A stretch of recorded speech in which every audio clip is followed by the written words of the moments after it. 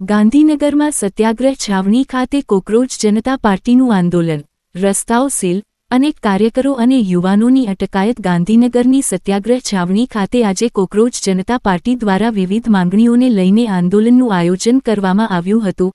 આંદોલનમાં રાજ્યના વિવિધ જિલ્લાઓમાંથી મોટી સંખ્યામાં કાર્યકરો અને યુવાનો ગાંધીનગર પહોંચ્યા હતા। યુવાનોમાં ભારે ઉત્સાહ અને જોશ જોવા મળ્યો હતો। આંદોલનને ધ્યાનમાં રાખીને પોલીસ તંત્ર દ્વારા ગાંધીનગર શહેરમાં ચુસ્ત સુરક્ષા બંદોબસ્ત ગોઠવવામાં આવ્યો હતો। સત્યાગ્રહ છાવણી તરફ જતા મુખ્ય માર્ગો પર બેરિકેડિંગ કરી અનેક રસ્તાઓ બંધ કરવામાં આવ્યા હતા, જેના કારણે આંદોલન સ્થળે પહોંચવા પ્રયત્ન કરતા કાર્યકરો અને યુવાનોને પોલીસે વિવિધ સ્થળોએ અટકાવ્યા હતા। પોલીસે કાયદો અને વ્યવસ્થા જળવાઈ રહે તે હેતુથી અનેક યુવાનો અને કાર્યકરોની અટકાયત કરી હતી। અટકાયત દરમિયાન કેટલીક જગ્યાએ સૂત્રોચ્ચાર અને વિરોધના દૃશ્યો પણ જોવા મળ્યા હતા। આ સમગ્ર ઘટનાને લઈને રાજકીય માહોલ ગરમાયો છે।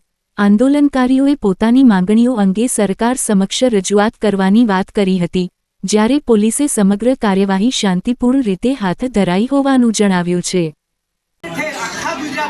ગુજરાતની ખૂણે ખૂણેથી લોકો જ્યાં આવી રહ્યા છે ત્યાં પોલીસ પ્રોટેક્શન આપી અને અંદર એન્ટ્રી આપવા દેતા નથી। અને સરકાર એવું પુરવાર કરવા માંગે છે કે ખરેખર એમને જન સમર્થન જે મળી રહ્યું છે એ નથી મળતું, પણ ગાંધીનગરના તમામ રસ્તાઓ અંદર જતા બ્લોક કરી દેવામાં આવેલા છે, જેથી કરીને લોકો સંખ્યા રોકી શકે। પણ સરકાર શ્રીના મારા કહેવાનો મતલબ એવો છે કે સાહેબ કે એક તમારી તાનાશાહી છે, આ દેશ લોકશાહી નહીં, એક લોકશાહીના ડબે ચાલે છે।